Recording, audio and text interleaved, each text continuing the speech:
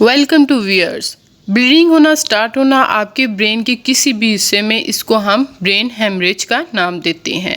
इसमें ब्लीडिंग होती है ब्रेन टिश्यू में या फिर स्कल में, जो ब्रेन को बुरी तरह से डैमेज करती है। ब्रेन हेमरेज एक ऐसी कंडीशन है जिसमें हमारे ब्रेन के अंदर मौजूद ब्लड वेसल्स फट जाती हैं। इसकी वजह से हमारे ब्रेन में ब्लीडिंग होना शुरू हो जाती है। ये ब्रेन को प्रोटेक्ट करने वाली कवरिंग में भी हो सकती है और ब्रेन में मौजूद जो टिश्यूज होते हैं वहाँ पे भी हो सकती है। Bleeding within skulls but outside the brain tissue. इसमें क्या होता है कि इसमें हमारे ब्रेन की जो कवरिंग होती है, जिसे हम मैनेजिंग बोलते हैं, इसमें क्या होता है वहाँ पे ब्लीडिंग स्टार्ट हो जाती है।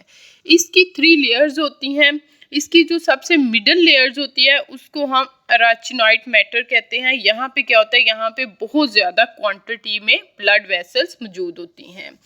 जब इन ब्लड वेसल्स के फट जाने से क्या होता है कि यहाँ पे ब्लीडिंग होना स्टार्ट हो जाती है और ये ब्लीडिंग इन ब्लड वेसल्स के फटने की वजह से होती है और ब्लड के लीकेज की वजह से यहाँ पे क्या हो जाता है, ब्लड जो होता है वो इन लेयर्स में जमा होना शुरू हो जाता है और यहाँ पे क्या होता है, कवरिंग में स्वेलिंग होना स्टार्ट हो जाती है, जिससे क्या होता है कि ब्रेन के जो सेल्स होते हैं वो पूरी तरह डैमेज होना स्टार्ट हो जाते हैं इस प्रेशर की वजह से।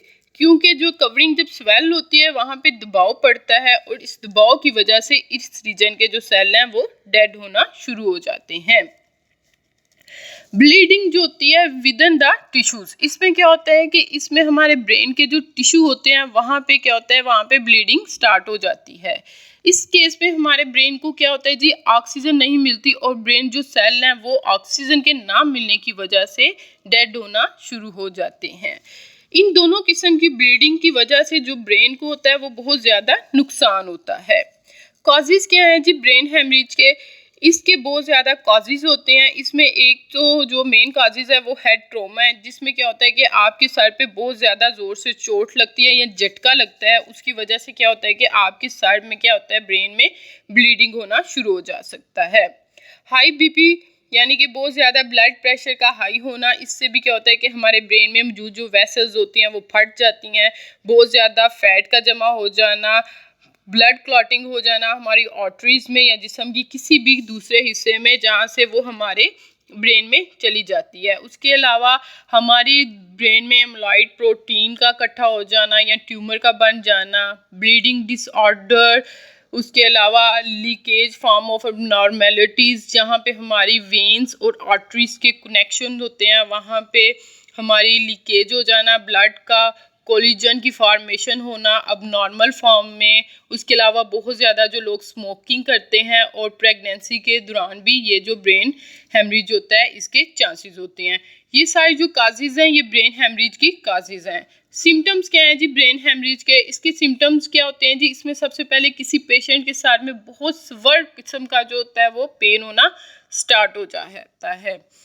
पेन के साथ ही साथ उसको वॉमिटिंग आना स्टार्ट हो जाती हैं, लीक ऑफ एनर्जी होती है, किसी भी पेशेंट को देखने और बोलने में मुश्किल आना शुरू हो जाती है और साथ ही साथ जिस्म की जो कोऑर्डिनेशन होती है वो ख़त्म हो जाती है। पैरालाइज हो जाती है बॉडी, यानी कि फेस, आर्म, लेग, बहुत से पार्ट जो होते हैं उसके बॉडी के वो पैरालाइज हो जाते हैं। सम टाइम उनको जो होता है वो स्वेलिंग करने में, यानी कि कोई भी चीज़ को स्वॉलो करने में डिफ़िकल्टी पेश आती है।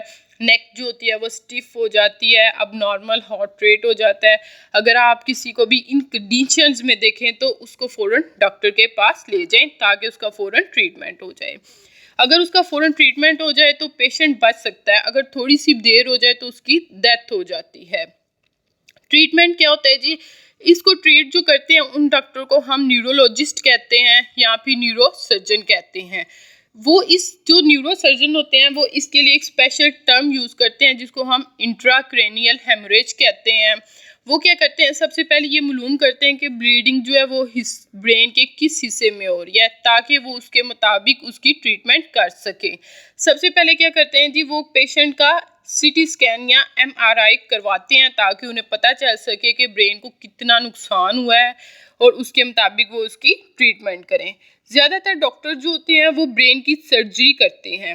सर्जरी में क्या करते हैं जी, वो ब्रेन की जो स्कल होती है वहाँ पर सुराख करते हैं और उसके बाद वहाँ से ब्लड को रिमूव कर लेते हैं। इसके बाद वो क्या करते हैं जी, पेशेंट का फिजिकली चेकअप करते हैं ताकि सर्जरी के बाद अगर उनमें कोई फिजिकली अबनॉर्मलिटी रह गई है तो वो उसको दूर कर सकें। इस ऑपरेट के बाद सम टाइम कुछ लोगों को चलने, बोलने, देखने में प्रॉब्लम्स होती हैं, ठीक है, और उन प्रॉब्लम्स को दूर करने के लिए वो उन पेशेंट की फिजिकली और स्पीच थेरेपी करवाते हैं, जिससे जो होता है वो पेशेंट जो है वो ठीक हो जाता है। लेकिन इस ड्यूरेशन में टाइम लगता है उसको ठीक होने में, लेकिन वो ठीक हो जाता है और वो अपनी एक्टिविटीज़ को परफॉर्म करना स्टार्ट हो जाता है। ये थी मेरी आज की वीडियो। उम्मीद है आपको पसंद आई होगी। Thanks for watching my video and please subscribe my channel.